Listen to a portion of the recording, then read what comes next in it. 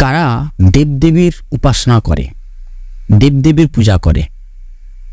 শ্রীমদ্ ভগবদ গীতায় 7ম অধ্যায়ে 20 নম্বর শ্লোকে ভগবান শ্রীকৃষ্ণ স্বয়ং বলেছেন, কামৈ স্তৈ স্তৈ হৃদ জনাঃ প্রপদ্যন্তে অন্য দেবতাঃ তম তম নিয়মম আস্থায় প্রকৃত নিয়তাঃ স্বহা।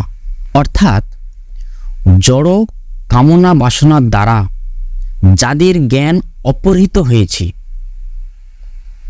তারা অন্য দেবদেবীর শরণাগত হয় এবং তাদের স্বীয় স্বভাব অনুসারে বিশেষ নিয়ম পালন করে দেবতাদের উপাসনা করে। তাই এখানে প্রশ্ন আসবে, জড় কামনা বাসনা মানে? জড় কামনা বাসনা কি? জড় মানে কি? মৃত, যার কোনো প্রাণ নেই, অনিত্য বস্তু, যেমন কি লাভ, পূজা, প্রতিষ্ঠা, কামিনী, কাঞ্চন, এই সমস্ত আমরা যখন পাওয়ার চেষ্টা করি তখন আমাদের বুদ্ধি অপহরণ হয়ে যায়। হ্যাঁ, বুদ্ধি অপহরণ হয়ে গিয়ে এই জড় বাসনাগুলি প্রকটিত হয়, তার ফলে আমরা দেবদেবীর শরণাগত হই। এর ফলে যে এই অনিত্য বস্তু, অশাশ্বত বস্তুগুলি লাভের জন্য যারা সর্বতোভাবে জড় কলুষ থেকে মুক্ত হতে পেরেছে তারাই পরমেশ্বর ভগবান শ্রীকৃষ্ণের চরণে আত্মসমর্পণ করে পূর্ণরূপে তার প্রতি ভক্তিযুক্ত হয়। যতক্ষণ পর্যন্ত জীব জড়জগতের কলুষিত থেকে সম্পূর্ণরূপে মুক্ত হতে না পারছে তত সময় সে স্বাভাবিকভাবে অভক্ত থাকে। কিন্তু এমনকি বিষয় বাসনার দ্বারা কলুষিত থাকা সত্ত্বেও যদি কেউ ভগবানের আশ্রয় অবলম্বন করে তখন সে আর ততটা বহিরাঙ্গ প্রকৃতির দ্বারা আকৃষ্ট হয় না। যথার্থ লক্ষ্যের প্রতি উত্তরোত্তর অগ্রসর হতে হতে সে শীঘ্রই সমস্ত প্রাকৃত কামনা বিকার থেকে সর্বতোভাবে মুক্ত হয়। শ্রীমদ্ ভাগবতে বলা হয়েছে যে সমস্ত জড় কামনা বাসনা থেকে সম্পূর্ণভাবে মুক্ত শুদ্ধ ভক্তই হোক অথবা প্রাকৃত অভিলাষযুক্ত হোক অথবা জড় কলুষ থেকে মুক্তিকামী হোক না কেন, সকলেরই কর্তব্য হচ্ছে বাসুদেবের শরণাগত হয়ে তার উপাসনা করা। তাই জন্য শ্রীমদ্ ভাগবতে 2য় স্কন্ধে 3 নম্বর অধ্যায়ে 10 নম্বর শ্লোকে বলা হয়েছে, অকামঃ সর্বকাম বা মুখ্য কাম উদারধি তীব্রেণ ভক্তি যোগেন যজেত পুরুষম পরম। অর্থাৎ যে সমস্ত স্বল্প বুদ্ধি মানুষের পারমার্থিক জ্ঞান অপহৃত হয়েছে তারাই বিষয় বাসনার তাৎক্ষণিক পূর্তির জন্য দেবতাদের শরণাগত হয়। এই স্তরের মানুষরা ভগবানের শরণাগত হয় না, কারণ রজ এবং তমগুণের দ্বারা কলুষিত থাকার ফলে তারা বিভিন্ন দেবদেবীর উপাসনার প্রতি আকৃষ্ট থাকে। দেব উপাসনার বিধিবিধান পালন করেই তারা সন্তুষ্ট থাকে। কিন্তু দেবদেবীর উপাসকেরা তাদের তুচ্ছ অভিলাষের দ্বারা এতই মোহাচ্ছন্ন যে তারা পরম লক্ষ্য সম্পর্কে সম্পূর্ণ অনভিজ্ঞ থাকে।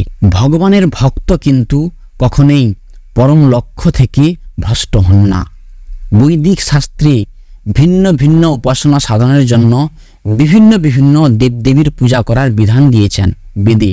যেমন আমাদের যদি কোনো কঠিন রোগ হয় বা কোনো রোগ ব্যাধির ভালো না হচ্ছে তখন বেদে নির্দেশ দেওয়া হয়েছে যে সূর্যদেবের উপাসনা করার জন্য। এর ফলে কি হয়, ভক্তরা মনে করে যে বিশেষ কোনো উদ্দেশ্য সাধনের জন্য দেবদেবীরা ভগবানের থেকেও শ্রেষ্ঠ। কিন্তু ভগবানের শুদ্ধ ভক্ত জানেন যে ভগবান শ্রীকৃষ্ণই হচ্ছে সব কিছুর অধীশ্বর। চৈতন্য চৈতন্যতে আদিলীলায় 5ম অধ্যায়ে 142 নম্বর শ্লোকে বলা হয়েছে, একেলা ঈশ্বর কৃষ্ণ আর সব ভৃত্য। তাহলে ঈশ্বর বলো ভগবান বলো একজনই, সে হচ্ছে কৃষ্ণ, আর সমস্ত সবাই তার দাস দাসী চাকর। তাই শুদ্ধ ভক্ত কখনো তার বিষয় বাসনা চরিতার্থ করার জন্য দেবদেবীর কাছে যান না। তিনি সর্বতোভাবে পরমেশ্বর ভগবানের উপর নির্ভরশীল এবং ভগবানের কাছ থেকে তিনি যা পান তাতেই তিনি সন্তুষ্ট থাকেন। এই জড়জগৎ থেকে মুক্ত হতে হলে আমাদের কিন্তু এই কামনা বাসনা যুক্ত থাকলে আমাদের হবে না। এই কামনা বাসনা আমাদের হচ্ছে এই সংসারে বন্ধনের মূল কারণ। সংসারে কোনো কিন্তু বন্ধনে কিছু নেই, বেঁধে আমরাই রেখেছি। কিভাবে? কামনা বাসনা দিয়ে। আমরা কিন্তু মুক্ত, আমরা তো আত্মা, আমরা আত্মা। তা আত্মা কোনোদিন বদ্ধ থাকে? আমরা তো দেহ নেই। যদি আমরা আত্মা হয়ে থাকি তা আত্মা কোনোদিন বদ্ধ হতে পারে না। আত্মা কখন বদ্ধ হয়? এই জড়জগতের কামনা বাসনায় যখন তারা লিপ্ত হয়ে থাকে, সেই কামনা বাসনাই সে আত্মাকে বদ্ধ করে রাখে। এর ফলে কি হয়? সে আত্মার পুনরপি জননং পুনরপি মরণং পুনরপি জননী জঠরশয়নম। সে আত্মা কি করে? পুনরায় আবার নিত্য নতুন দেহ গ্রহণ করে। যেমন আমরা পুরনো বস্ত্র ফেলে দিয়ে নতুন বস্ত্র গ্রহণ করি, আত্মাও তেমন পুরনো বস্ত্র ফেলে দিয়ে নতুন বস্ত্র ধারণ করে। এইভাবে আত্মা অনন্ত কোটি কাল ধরে এই জড়জগতে জন্ম মৃত্যু চক্রের সবসময় আবর্তিত হতে থাকছে। তা এই জন্ম মৃত্যু থেকে মুক্ত হতে গেলে আমাদের এই বাসনা মুক্ত হতে হবে। যতক্ষণ না আমরা বাসনা মুক্ত হচ্ছি তত সময় আমাদের এই জড়জগতে পুনরায় আসতে হবে, পুনরায় মরতে হবে এবং ত্রিতাপ জ্বালায় অনন্ত কোটি কাল ধরে আমরা জ্বলছি এবং জ্বলতে থাকব। এই জন্ম মৃত্যু জরাবেধি এবং ত্রিতাপ জ্বালা থেকে মুক্ত হতে গেলে আমাদের কামনা শূন্য হতে হবে। আমরা তো একদিনে এই কামনা শূন্য হতে পারবো না। অনন্ত কোটি কাল ধরে আমাদের এই বাসনা আমাদের হৃদয়ে চেপে আছে। তা আমরা ভগবত ভক্তি করার মাধ্যমে, সদ্গুরু চরণাশ্রয় করার মাধ্যমে, জপের মাধ্যমে আমরা এই কামনা বাসনা থেকে ধীরে ধীরে ধীরে ধীরে মুক্ত হয়ে পূর্ণ চিন্ময় আত্মা হতে পারবো। তখন আমরা এই জন্ম মৃত্যু জরা ব্যাধি আদি ভৌতিক আদি দৈবিক আদি আত্মিক এই সমস্ত কষ্ট থেকে আমরা মুক্ত পাব। আপনারা জানলেন যে দেব দেবতার উপাসনা কারা করে? শুধুমাত্র কামনা বাসনার জন্য। আপনি দেখুন এই ভারতবর্ষে বা পুরো বিশ্বে কতজন কৃষ্ণের ভক্ত? হাতে গোনা কয়জন? কোটিতে কোটি, নাহলে আর সবাই দেবদেবীর ভক্ত। দেবদেবীর ভক্ত হলেও তো মুখ ঘুরে ফিরে কৃষ্ণের কাছে আসবে। কিন্তু দেবদেবী ছাড়াও আরো ভয়ঙ্কর বাবা বেরিয়েছে। এই বাবা, সেই বাবা, ওই বাবা, ভুলভাল মানুষ ভগবান, আরও ভয়ঙ্কর। তা ওই জন্য আপনারা কৃষ্ণ ভক্ত হন, ভক্তিপথে আসুন, জপ করুন এবং শাস্ত্রের নির্দেশ যথাযথভাবে পালন করুন। এর ফলে দেখবেন আপনার সমস্ত সমস্যা সমাধান হয়ে গেছে এবং আপনি অন্তিমে ভগবদ্ধামে ফিরে যাচ্ছেন। ভগবদ্ধামই তো আমাদের অন্তিম গতি। কেন? ভগবদ্ধামে গিয়ে ভগবান শ্রীচরণের পাদপদ্ম সেবাই আমাদের লক্ষ্য। ভগবদ্ধাম মানে এই নয় যে ভগবদ্ধামে গিয়ে আমরা ভোগ করব না। জীব নিত্য কৃষ্ণদাস তাহা ভুলি গেল, এই দোষী মায়া তার গলায় বাঁধিল। আমরা যে কৃষ্ণের নিত্য দাস আমরা যখন ভুলে যাই তখন কি করে? মায়াদেবী আমাদের এই জড় বস্তু প্রেরণ করে। সেগুলো কি? কাঞ্চন কামিনী পূজা প্রতিষ্ঠা, গাড়ি বাড়ি, টাকা পয়সা, সুন্দর স্ত্রী, সমস্ত কিছু মায়াদেবী প্রেরণ করে। এর ফলে কি? জড় বন্ধনে এই মৃত্যুলোকে, এই ভবসাগরে আমাদেরকে আটকে রাখে, যাতে আমরা পার হয়ে না যেতে পারি।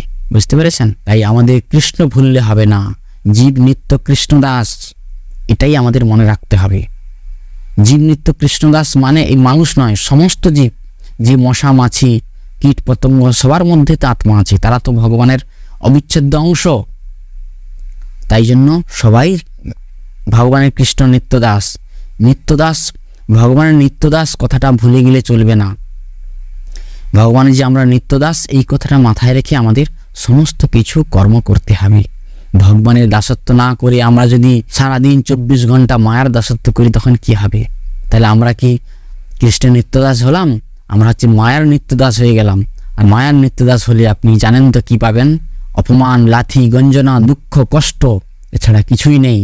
তাই জন্য আমরা কৃষ্ণ নিত্যদাস হয়ে আমরা যদি জীবনযাপন করি তাহলে আমাদের সমস্ত কিছু কল্যাণ হবে। আবার পরবর্তী ভিডিও দেখা হবে।